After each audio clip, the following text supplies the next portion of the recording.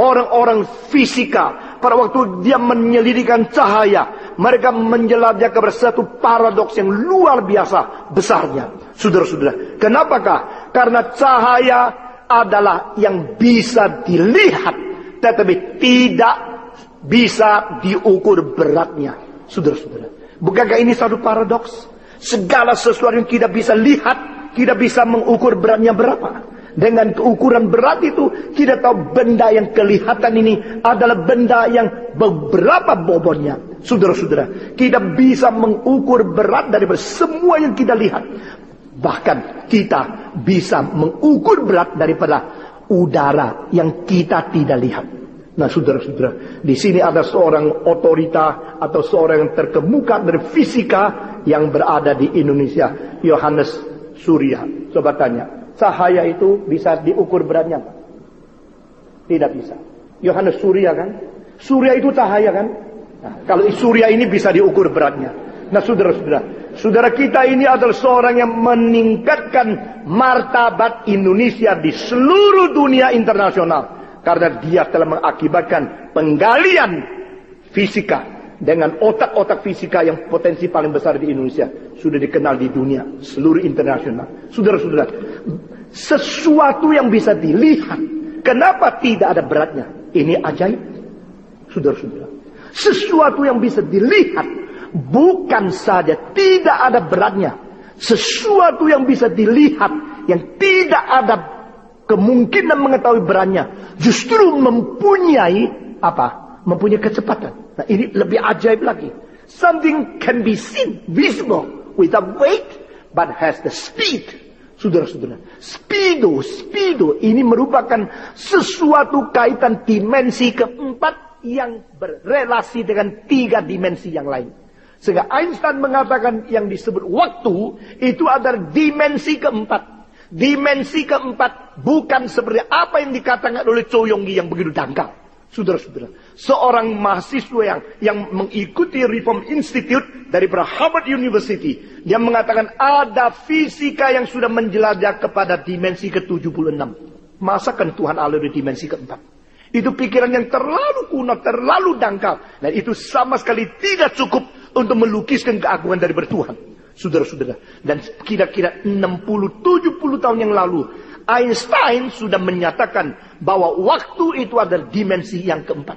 Di dalam keadaan ruang kita mengetahui dimensi 1, dimensi 2, dimensi 3. Maka segala sesuatu ada panjangnya, ada lebarnya, ada tingginya.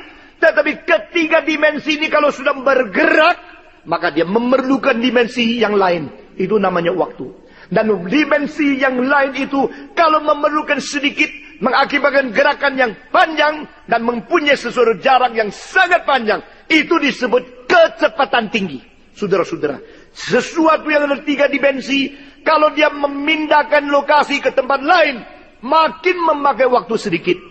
Namanya adalah kecepatan makin tinggi. Tapi saudara-saudara, daripada sejarah kita melihat, pertama-tama kita ada emission theory daripada Sir Isaac Newton, lalu ada vibration theory, lalu ada teori-teori lain, particle theory abad 20 dan sebagainya.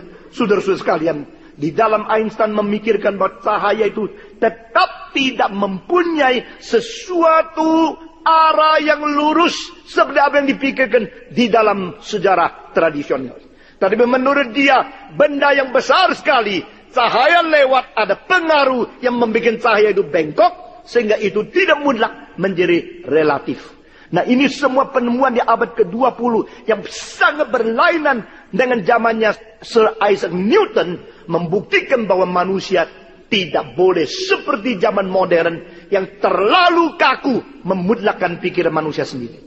Karena ada hal-hal yang sebenarnya kita tidak tahu. Dan penemuan-penemuan menyatakan makin banyak pengungkapan daripada paradoks daripada cahaya itu. Cahaya itu apa sih? Terang itu apa sih? Yesus adalah terang. Yesus itu adalah paradoks. Yesus adalah terang. Yesus memang sulit tidak mengerti. Terang itu bisa dilihat? Bisa. Terang itu ada beratnya? Tidak. Terang itu tidak bisa lihat? Tidak. Terang itu ada kecepatan? Ada. Paradoks bukan? Terang itu cepatnya sampai kapan? Sampai kapan? Sampai abad ke-19, orang-orang seperti Huygens, orang-orang seperti Foucault, Dan akhirnya sampai Einstein, makin lama makin maju kita mengerti terang. Dan pada abad 19 sudah ditemukan kecepatan terang itu adalah 1 detik 186.000 mil. Saudara-saudara, bumi putar seluruhnya dunia ini. 1 kali putar bumi kira-kira hanya 24.000 lebih mil. Sehingga bumi ini hanya memerlukan 1/7 detik untuk cahaya itu keliling dunia 1 kali. Dengan keadaan kecepatan demikian, kenapa kok bisa ditemukan? Orang yang temukan kok bisa dibuktikan yang ditemukan itu benar? Ini semua saya tidak ngerti. Tapi Tuhan telah memberikan pengertian tentang cahaya, makin lama makin besar, makin lama makin tepat, makin lama makin banyak, makin sungguh-sungguh mengerti akan cahaya. Saya kira kalau kita bisa mengerti cahaya sesungguhnya dalam fisika, kita hanya mengerti cahaya dalam dunia materi.